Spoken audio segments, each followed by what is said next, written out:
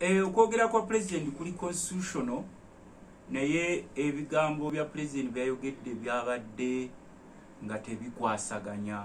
na mbeera eriwo. Nze ndi mubaka wa parliament naye buli wempulya gye bayita state of nation address bansuubira ogenda okwogera ku bikwata ku ggwanga wawe tuli tulagawa tuvuddewa era tusooka kwogera buli gye bayita state of nation address basooka kwogera ku crisis oba akatyabaga ke muba mulimu nga kati mu budde buno akatyabaga ke tulimu akebbeeyi y'ebintu okubanga eri waggulu nnyo. Ensi ezitwetoolodde nabadde nsuubira Mwami Museveni okwogera tuli mu gye bayita East African Community oluba olugatta ensi za East Africa. Ensi ezitwetoolodde nga Tanzania ne Kenya zaataddewo gye bayita fuel subsidy ne basala amafuta. Bamaze okusala amafuta nga bakozesa musolo nga ttulu okusala ku mafuta ago. Bamaze okusala ku mafuta then ekyaddiridde balangiridde n'okwongeza ku gye bayita middle income status. Okulaba nti etambula n'omusaala gwabwe guno omanyi bw'oyongeza omusaala ogutandikibwako gwe bayita minimum wage middle income oba ogipushinze waggulu kubanga abantu abasinga bonna naddala abakozi ba gavumenti babeerako ke banaasaasanya. Naye lwakuba nti Katonda yakwata Uganda n'agiwa Mwami Museveni mu mikono gye bulungi n'amugamba kwasizza weekolere ky'oyagala kubanga omukulembeze bw'otunula bye yabadde ayogedde nga birala nnyo ng'era yakulaga nti ali mu nsi ndala nnyo. Ffe ng'ababaka ba palamenti nze okubeera nti sikuwagira tekiŋŋaana kuwuliriza mpuliriza ku byoyogeramu n'empiikinga ne ŋŋamba nti ono ddala ali ku bannansi oba aliwo ku lulwe. General speech gye yakoze yabadde eraga nti n'ebigenda maaso mu ggwanga ye tebimukwatako oba abantu balya kimu oba tebalya oba sabbuuni ali waggulu kubanga bw'oba ogenda okwogera namulidde ayogera ku gye bayita middle income status n'omubuuza indicators eziriwa obubonero obulaga nti tutuuse mu middle income status. Ono omusajja eyakafa yali president we Tanzania Magufuli yafuga Tanzania emu ku nsi ze baali bayita underdogs for 5 years n'agituusa ku middle income status. Mu middle income status abamu tebabimanyi bino babyogera mu luzungu ne babirekayo jasi nga mu bugenderevu nga tebaagala omanye kiki kye bitegeeza nga bwe bakugamba nti GDP yeyongedde kati nze jjajja wange wekaasa ng'ombe GDP agitegeera atya kati ono yasomaasomako abaako ku WhatsApp agiteekako GDP ne bakuulya GDP kakati ono ayogera ku middle income status nti tugituuseeko tugiri ku lubalaza naye ng'omubuuza hawu kubanga ebintu ebikozesebwa mu bulamu bwa bulijjo ebbeeyi eri waggulu nnyo ate gavumenti eriwo tekulaga nti balina solution yonna gye bagenda okukola. Ffe tubadde nga tumugamba ffe balutamaguzi twasoma byanfuna naye we are not here to oppose, we are all Ugandans. NRM gwe baasekiwalingira future ye ku t-shirt no opposition n'atali mu byabufuzi ffenna mu ggwanga tunyigirizibwa n'abagagga be musuubira nti bali bulungi enkya n'eggulo baggalawo amaduuka n'abamu properties zaabwe bazikutte kubanga zo zino banking institution zo zeezira wali kabiga nga zigamu akabiga weekali twayagala property nga bagitwala. Abasijja boyitako abajja wano ne balanga ku leediyo ya Ssaabasajja Kabaka eno ab'omu kikuubo abaawa bonna abasinga omulabaawo ng'alina oguduuka gunene neera n'abamu kati batandise okubwatuka nga bwagweri n'azirika oba n'afa olw'amabanja loans ne survival. Kati gwe bw'obanga oli head of state n'ojja osooka okunnyonnyola abantu middle income status kitegeeza bino wammanga era olw'okuba tugituuseeko bino ne bino wammanga bye tutuuseeko ebitutuusiza ku middle income status. Naye olw'okuba nti abantu abali mu bifo by'obukulembeze naddala wano mu Uganda abasinga they are too rich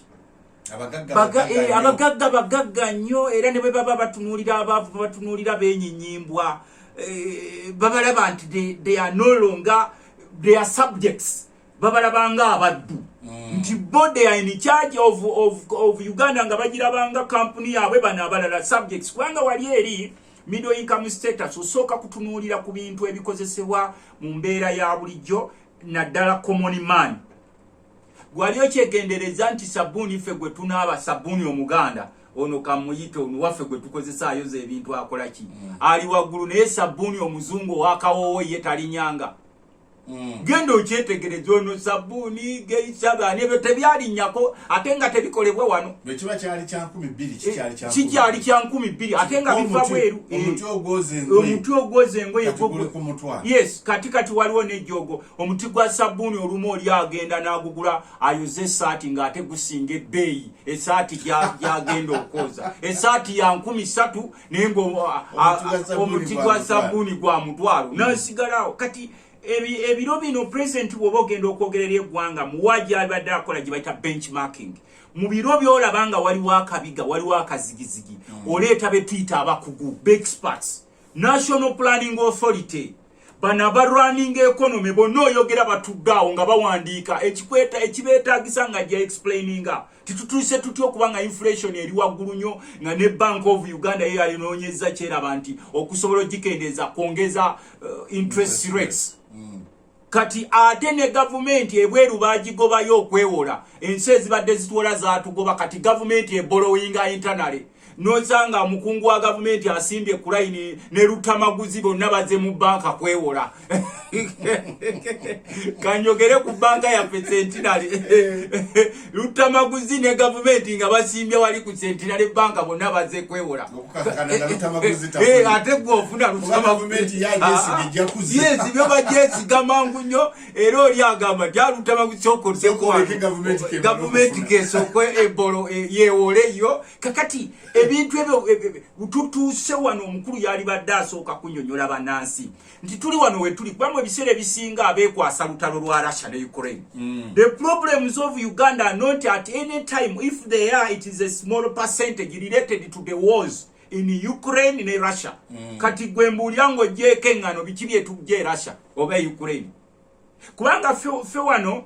ebbeeyi y'amafuta bwe yasooka okulinnya olutalo lwa Ukraine lwali terubeeranga nawo nga tetulusuubira nako nti lujja kubaawo n'olwa Russia. Jeno Katumba wamala n'atuwa n'ultimatum n'agamba ne balaganga ku videos abasajja nga basamba omupiira emalabba n'agamba nti ebimotoka bibadde simanyi bikoze congestion n'ebikola ki bijja. Ffe wano ensi ezitwetoolodde balina kye batunula ne bagamba bagiyita state of equilibrium ni general prices. Ne babuuza abantu abasinga obungi babeerawo ku biki nti omuntu wa bulijjo ye tajja kusaba data jajja wangu wekasangome tasaba data naye ayagala sabbuuni ayagala ku butto ayagala ku sukaali naye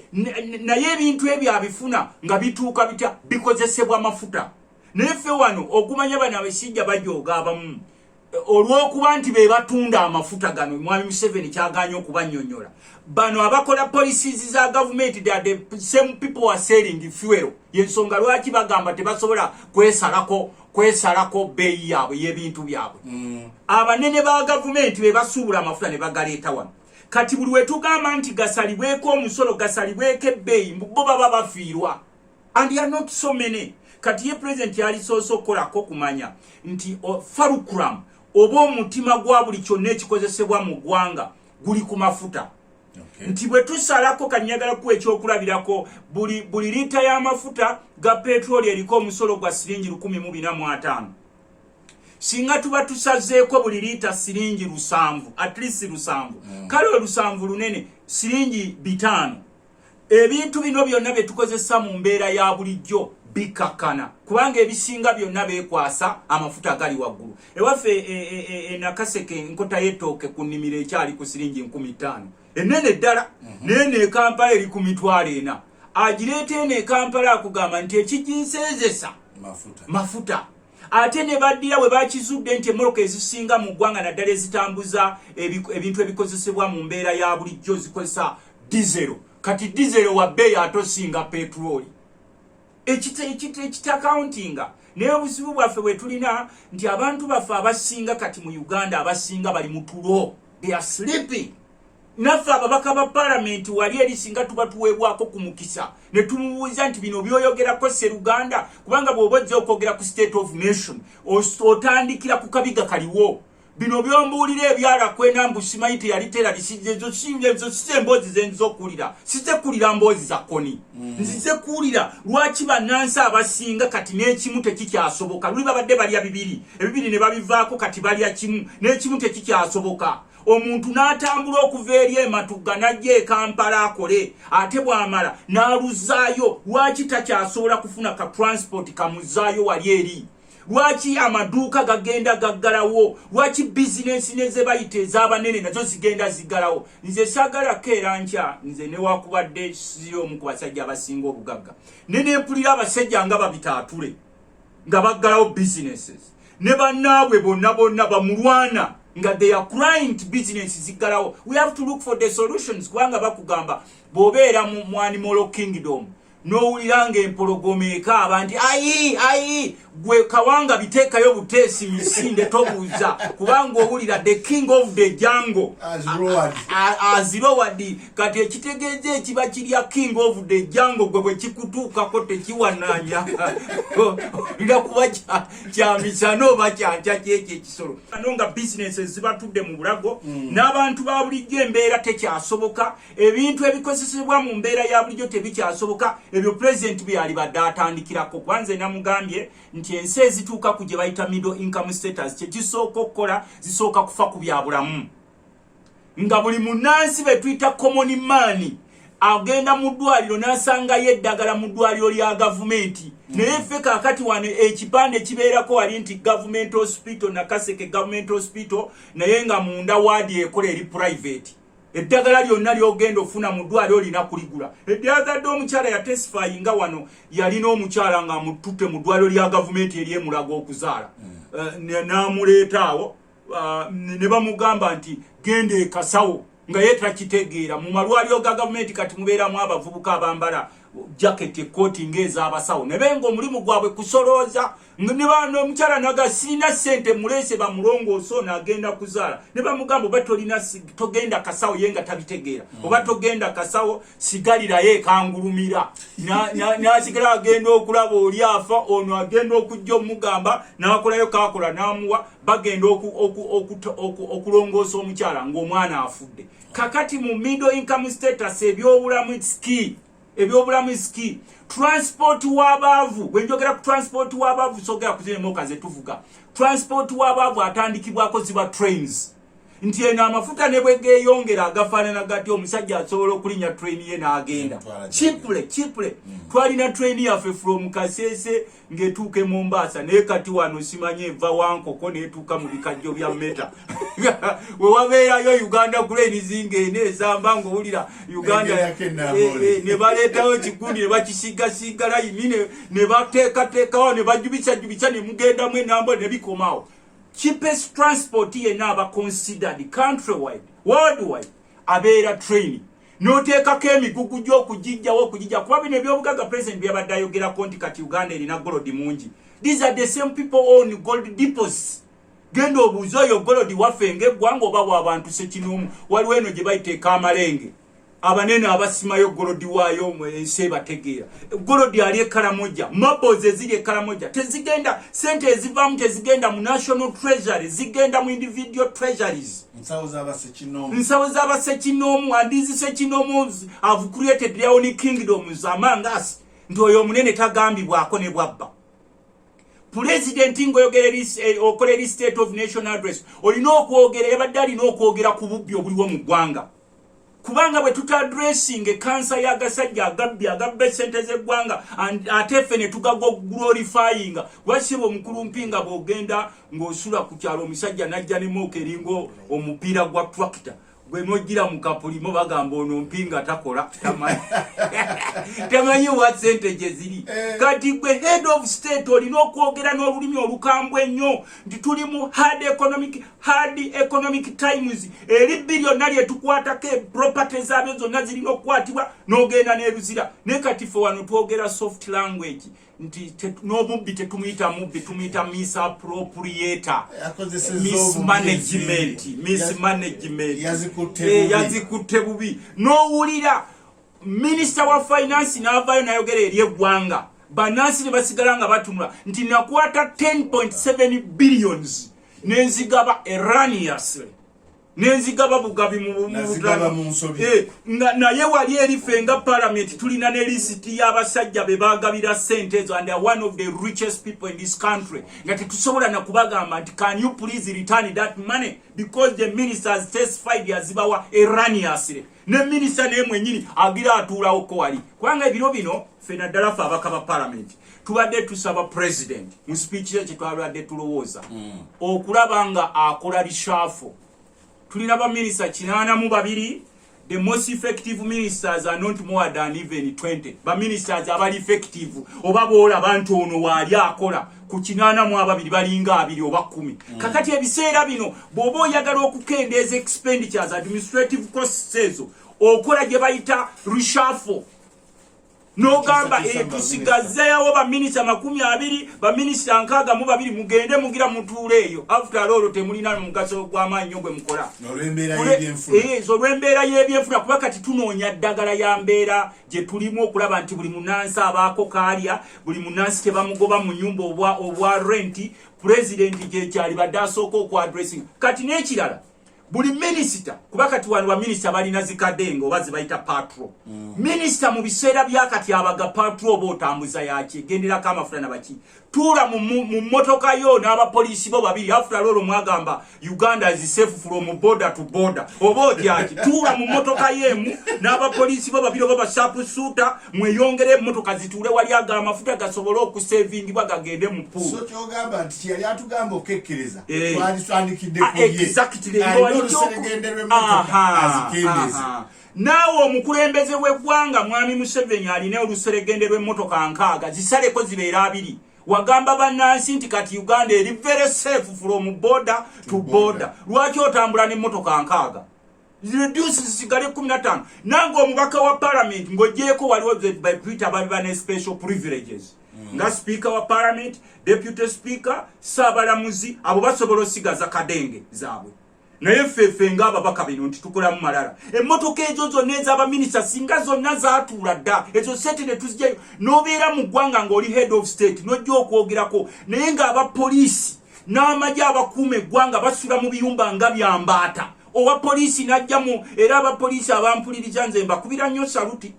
nze nsula mu nyumba esinga ku yammwe naye sambala byeru n'enkeera enjanga ngoye zaddugadde naye mwe nyumba zendaba zitulamu we zifaanana zito naye ngo olina okwambala afande uniform enjeru eringa ennyange oteekwa okuba ng'oli very careful. The other day nakwesa obuvunaanyizibwa bwange ne nambula police stations nga vice chairperson local government accountability committees otuuka ku police stations ezaali toilets ku mulembe gw'abafuzi b'amatwale baziconverting aba officials in uniform mwe basula ng'amaka gaabwe ezaali toilets zetuyita toilets enzungu ozimanyi zino ezaffe enzungu abafuzi b'amatwale ze baleka ku police stations abapoliisi kati mwe basula ng'ennyumba and while a smaller group of people enjoying all resources of the country bwe lwaki nze omanyi bwe nsinkano wa poliisi naye muntu nga mpinga nenga lutamaguzi mbuuza lwaki ono afanda asula mu kiyumba ng'ekyembaata yet is in charge of our security. Ebyo president yali badde avaayo nayogera welfare y'aba officers in uniform, welfare y'abasawo, welfare y'abasomesa sente weeziri ku ebiseera ebisinga mwe bamukulumpinga mugere mugamba nti ebyo byonna bwe mwogerako byetaagisa sente. Yes, weeziri ezibbibwa zivaawa. If we can allocate as parliament to allocating the state house 600 billion state house sikugambye president's office mwami Museveni state house basula mu babiri yene mukyalawe ne tuba wa billion 6 ezibalabirira abantu ababiri jako omuzindalo gwe bagaba gwe gwabano bakajajjata obewo emirembe gitujira naye nga ddayo ekata n'omwana yataddanga yokusome obewo simanyi future mugita future yafe wagise kiwalinga negwe base kiwalingira future ng'omulaba embeera gyalimu atagala butagazi. So n'olwekyo so mukama wange okubeerawo kwaffe wali nga tetukkirizibwa ku debate nga singa balinga batuwaayo ku kadde nti nammwe muleete ku alternative nga kati bwe nkugambye nti omukulu bw'aba anaatereeza eggwanga asooka asale ku musolo gw'amafuta ebintu bino byonna bijja genda bikendeera mpola then bannansi basobole okuddayo okufuna ku bintu bye baafunanga bulijjo. Mwami Javiira mbadde muwuliriza naye be bano oluzungu lwe lwakozesa bino GDP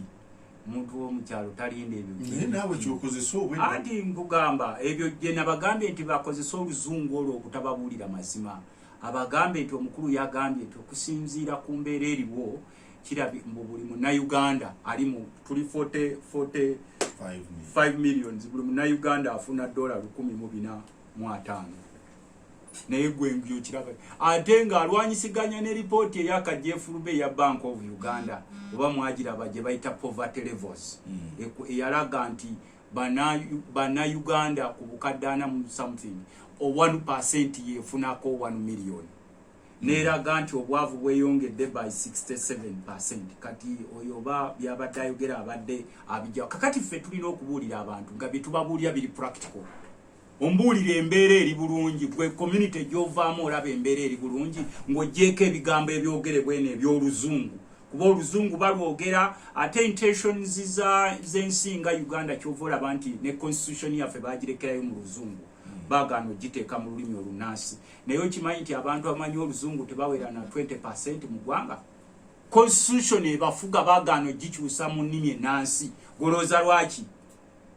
Naye ng'olina okugimanya bakuga constitution, it is a right buli nsi yonna erina okusomesa mu nnansi constitution. Naye gwali okyebuuzizzaako lwaki wano baagiremezaayo mu luzungu ng'ate obusobozi we buli obusobola okyusa constitution mu nnimi ennansi kubanga baagala okuumira abantu mu butamanya. Kakati n'olwekyo ebyenfuna bino oba obyogera osooka n'oreflectinga wa gy'ova gwe ng'omuntu osobola okuba oli bulungi aza ne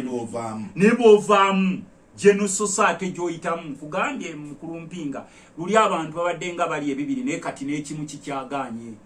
Omuntu n'omuyitako n'akugamba nze ndiwo just for survive buli muntu kati ali ku looni. Sirabangayo nsi ntambudde ensi yonna ensi nyingi naye nga buli munansi nga ali ku mabanja looni. Kakati luli eri abantu babadde nga balina essuubi nti bajja funako okulya naye kakati nako tekakyafunika. Abantu bali mu nsi bannabyabufuzi b'omulimu gwabwe kulaga rose picture n'awatali lutindo akugamba ng'olutindo we baalutaddewo no nga wano tewali nnyanja ate mwataddewo lwaki awatali mugoba nnyanja n'akugamba nti anti mbadde mpulidde abantu boogera ku lutindo. Kakati ffe tulina okuvaayo si kumatiza bantu si kulaga bibiina byabufuzi kubanga olwaleero embeera eri mu ggwanga teriiko NRM n'opposition we are all suffering equally. Noyitawo wali eri omuntu n'akubuulira n'akugamba nti yes ebizibu ebiri ne tusobola okufuna solution. Aba planning eggwanga lino mukola ki? Abakulu mukola ki? Naye Uganda yokka yensi ndowooza mu Africa oba East Africa erina omukulembeze nga baministers be bamutya alina abawabuzi bangi naye n'obabuuza nti abaayi omukulu yabalonda muweranga 5 n'omuwabuzi waki naye kumu waliwo afunako ne kakisa akamuwabulako nti omukulu n'erinnya yalikyusa n'aliteekera ddala wali nti tawabulwa n'olwekyo oba oyagala kugoba ku mulimu gwo kati ne musigalira awo mwenna nga mulimu state of kwagamaya nga gwotamanyi kigenda maaso mu ggwanga okusala cost of administration ng'okukendeeza ku luseregende lw'emmotoka zino